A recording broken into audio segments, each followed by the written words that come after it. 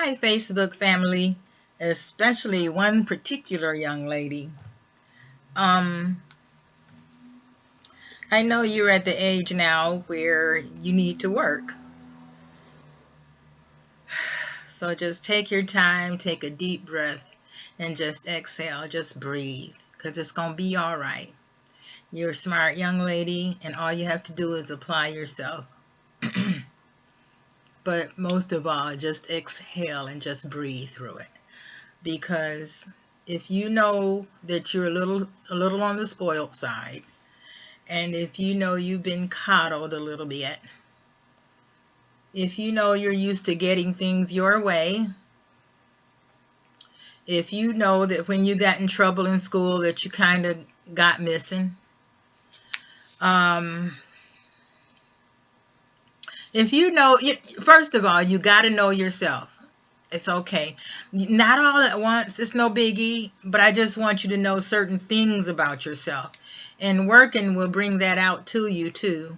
Working is more than just earning a paycheck. Working is growing. And it's real good for you. It's way better for you than sitting up depending on government assistance.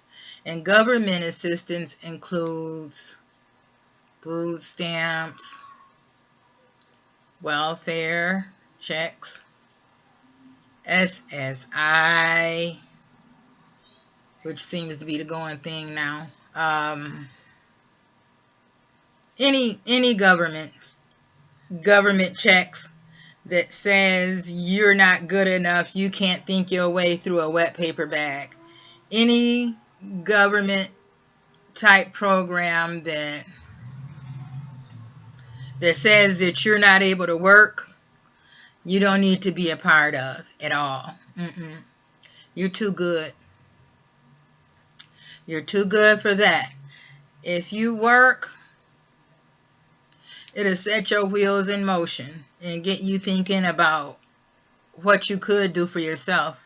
Now understand, I'm a true believer in self-employment. Oh my gosh, so much so.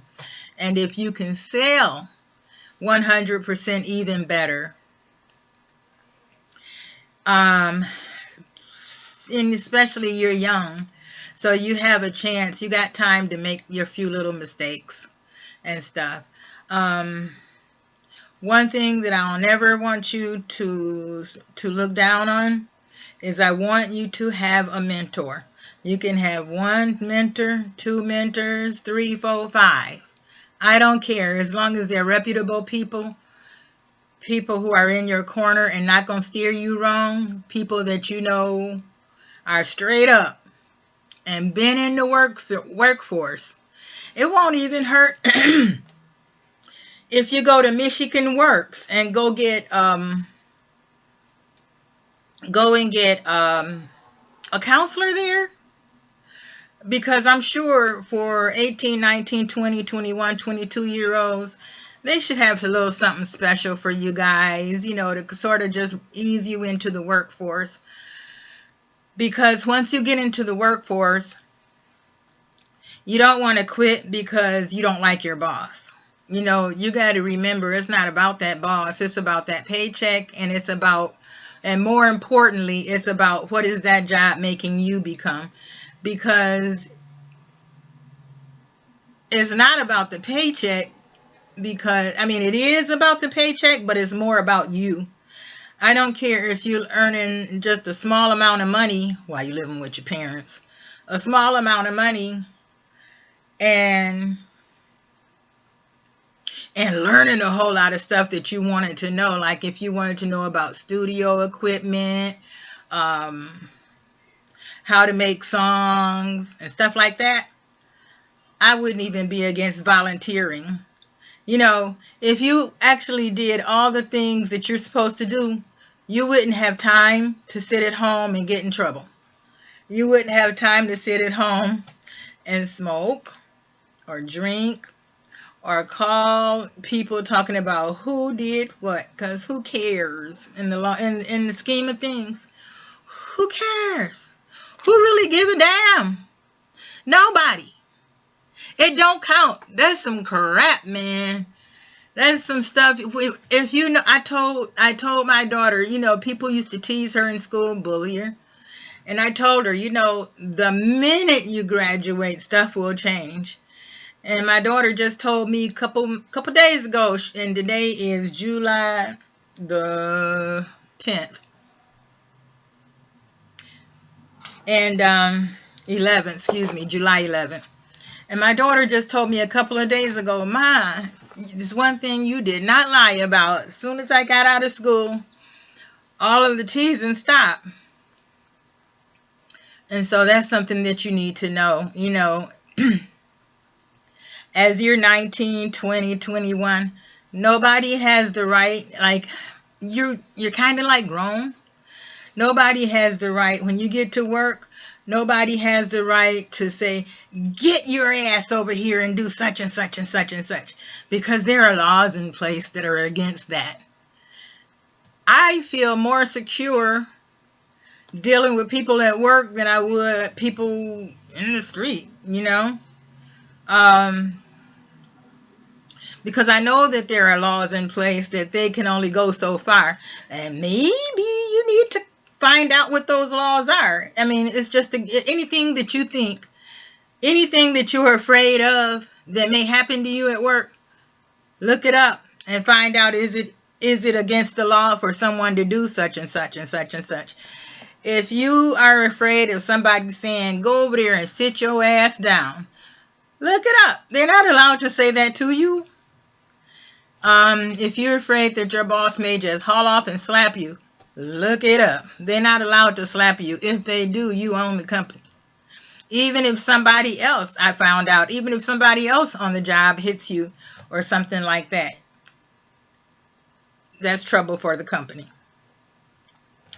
So, just know, you know, you're safe in a work environment.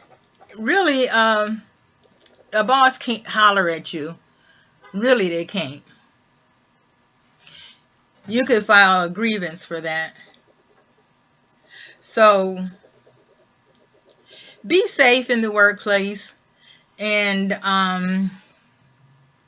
it's okay to start off your work life in a crappy job, because there are experiences there that you're going to have and that you're going to learn. It's sort of like having a practice boyfriend. A practice job. I know, I've been an employment counselor, and I know that they speak against getting a practice job, and they speak against doing practice interviews. But I don't see anything wrong with it, me personally, no. You can go and have an interview for a job you don't want. And see, you know, check yourself out. That having experiences helps you to get to know yourself a little better. So it would be a good thing to just go and interview for a job that you know you don't want. It would be great to interview for a job that you think you might be interested in, like, say, waitressing, or working at Taco Bell. Just try it and work there instead of, look, let me tell you something. You're good enough for anything. You're good enough for anything and anybody. And also know this, that you're not too good for anything or anybody. You can't come out the gate talking about, I won't work less than $10 an hour. How you gonna say that? And you have no job experience and may get dropped, and you know you've been smoking marijuana. So, and they don't drop you during an interview. They don't even know if they want you. So just hang loose. You know, just go ahead and interview. Nobody's gonna drop you unless they want you. If they want you for a job and they damn near have hired you, then they're gonna say you have to go and drop. So the best thing to do is not to even fool with marijuana and stuff. Just stop it. If you know you're getting ready to get into the job world, just stop it. It would be great to stop it anyway, so that you can think clearly and just get a chance to hear the word of God. And I don't mean in a religious way. I just mean spiritually. Okay, I love you. If you like this video, please like and subscribe. Bye.